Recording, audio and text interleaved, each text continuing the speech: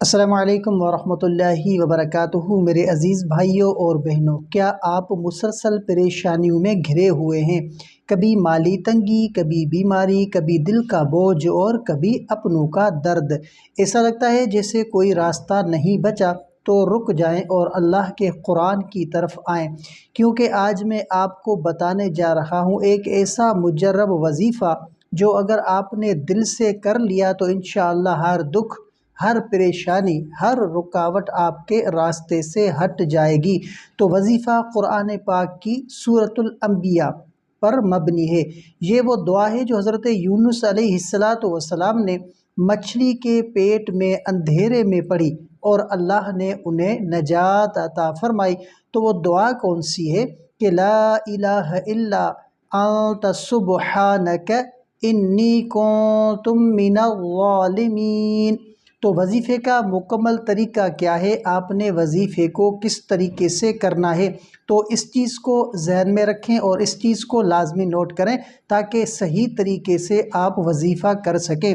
تو سب سے پہلے آپ نے کیا کرنا ہے، آپ نے ہر روز نماز فجر یا عشاء کی نماز کے بعد باوضو تنہائی میں بیٹھ جائیں اور شروع میں آپ نے 11 مرتبہ درود ابراہیم پڑھنا ہے۔ اس کے بعد آپ نے پھر یہ آیت کریمہ 313 مرتبہ دل کی توجہ سے اور یقین کے ساتھ پڑھنی ہے۔ کون سی آیت؟ کہ لا الہ الا انت سبحانک انی کنت من الظالمین۔ تو یہ آیت کریمہ آپ نے 313 مرتبہ پڑھنی ہے، اور آخر میں آپ نے دوبارہ 11 مرتبہ درود ابراہیم پڑھنا ہے، اور پھر ہاتھ اٹھا کر اللہ سے اپنے ہر دکھ، ہر پریشانی اور ہر حاجت کے لیے دعا کرنی ہے۔ تو اس وظیفے کو کتنے دنوں تک کرنا ہے، اس وظیفے کی کیا مدت ہے؟ تو یہ عمل 21 دن تک، یا جب تک آپ کے دل کو سکون ملے تو آپ روزانہ کیا کریں، ورنہ 21 دن آپ نے لازمی کرنا ہے۔ تو میرے عزیز بھائیوں، یہ وہ کلمات ہیں جن میں اللہ کا ذکر بھی ہے، اس کی حمد بھی ہے اور عاجزی کا اظہار بھی۔ اگر حضرت یونس علیہ السلام مچھلی کے پیٹ سے بچ گئے تو آپ اپنی زندگی کی پریشانیوں سے کیوں نہیں نکل سکتے؟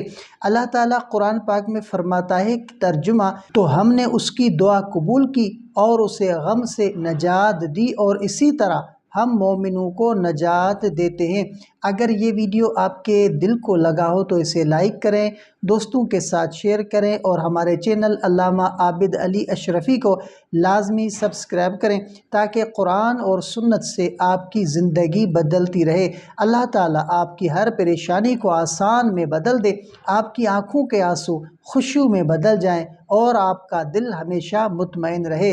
تو ملتے ہیں اگلی ویڈیو میں، تب تک کے لیے اپنا بہت سارا خیال رکھیں اور ہمیں اپنی دعاؤں میں یاد رکھیں۔ السلام علیکم ورحمۃ اللہ وبرکاتہ۔